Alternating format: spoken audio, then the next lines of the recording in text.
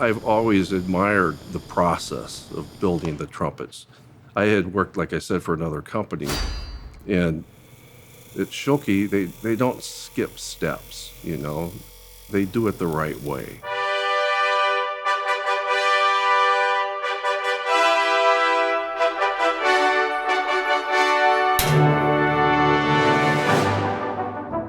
They are buying a piece of jewelry, but they are also buying something that is at the highest quality of instrument making.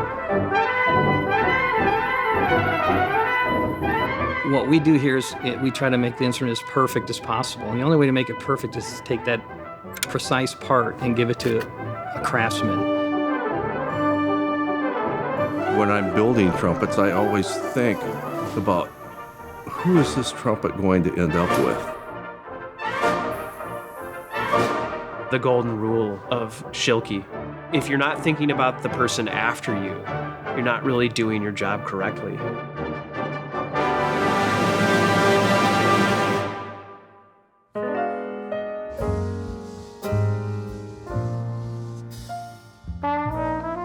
Reynold Schilke started as a trumpet player and had that love for the music. You know, he grew up in Wisconsin, not terribly far from Chicago. He pulled a lot of influence and inspiration from incredible players and teachers in this area.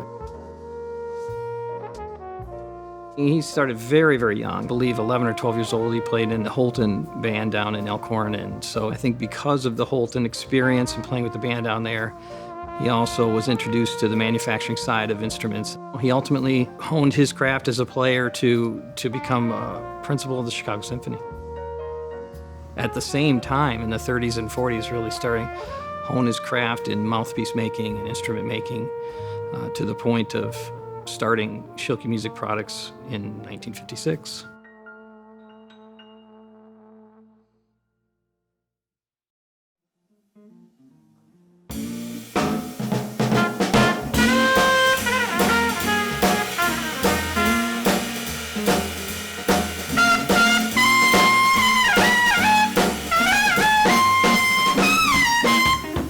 The instruments that were made at Schilke were always coveted as some of the best instruments you could play. I played a Schilke in college, the company being, one of the best in the world.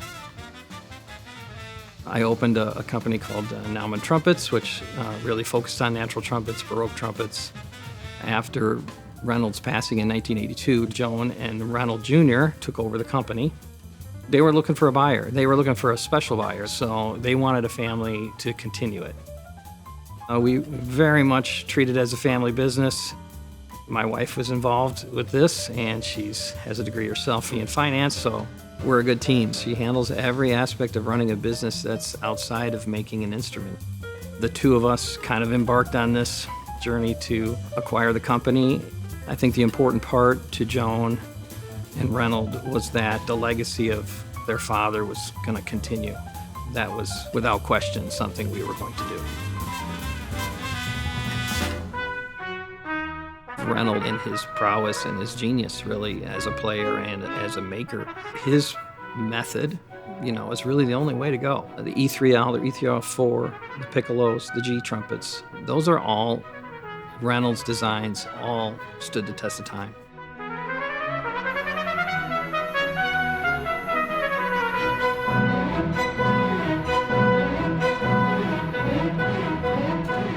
The P54 is the standard piccolo trumpet in the industry.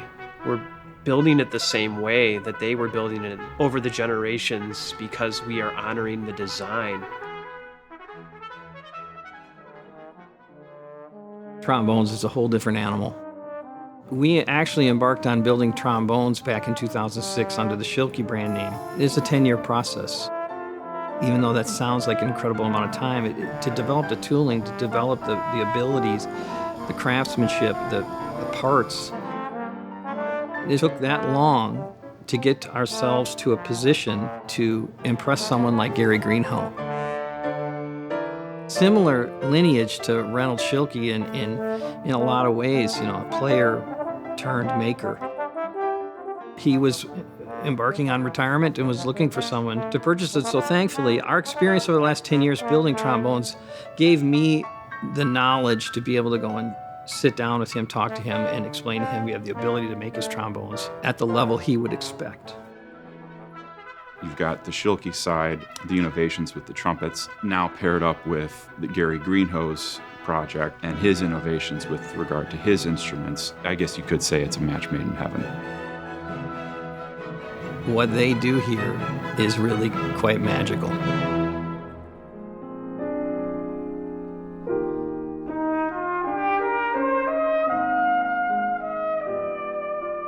The more beautiful we make the instrument, the better it sounds. I mean, clearly, there's construction and craftsmanship that goes into it, and there's the mechanical side that goes into it that makes it sound a certain way. But the beauty of it and the quality of its construction, I think, adds to the richness of the sound and maybe even the player's ideals of what they want to sound like. We're not just doing machining, we're fine-tuning a musical instrument. What makes it special is we're going for a very tight tolerance in the end product. Tolerances on the trumpet are so great. We want it to come through in how the instrument's playing, and the quality in the sound that they can produce, and the ease it is to play the instrument.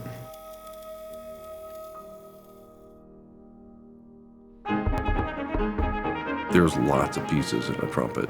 All the slides, they have to be drawn and fit and honed together. And they have to fit it to each individual instrument at a level of perfection. We don't deviate from that. Today's day in manufacturing, I mean, you can't produce at a level you need to without technology. All of these old drawings and all of these old parts and old ways of doing it, we took that and said, how can we do this more efficiently? And the machines give us that opportunity. Our latest acquisition for a machine, it's a Swiss machine, and the original intention of that type of machine was it made watch parts, small watch parts. The watch business is not totally different from what we do. It's high-end. We say we're like the Lamborghini of trumpet.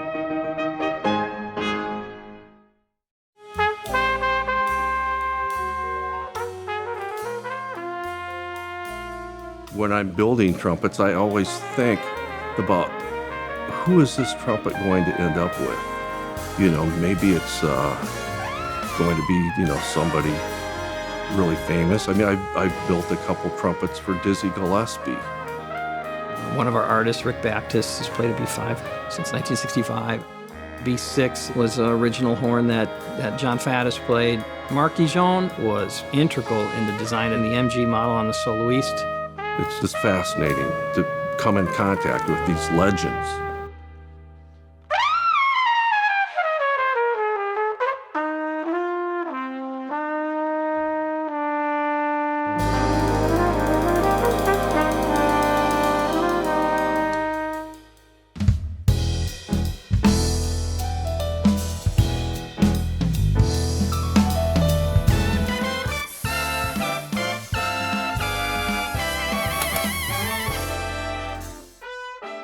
We're just trying to assist musicians here.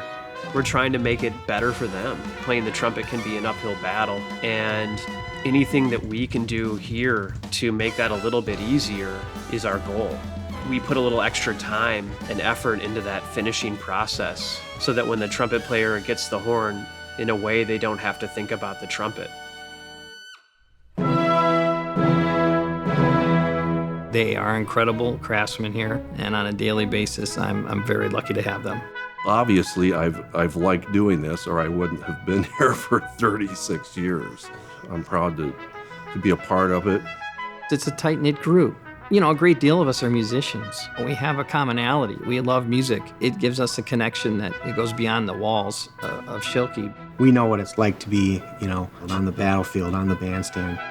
There are some things that have changed, but pretty much it's how they've done it for years and years. I've just learned that you can't replace time. And in the end, if you take the time to do it right, it's just not going to fail you.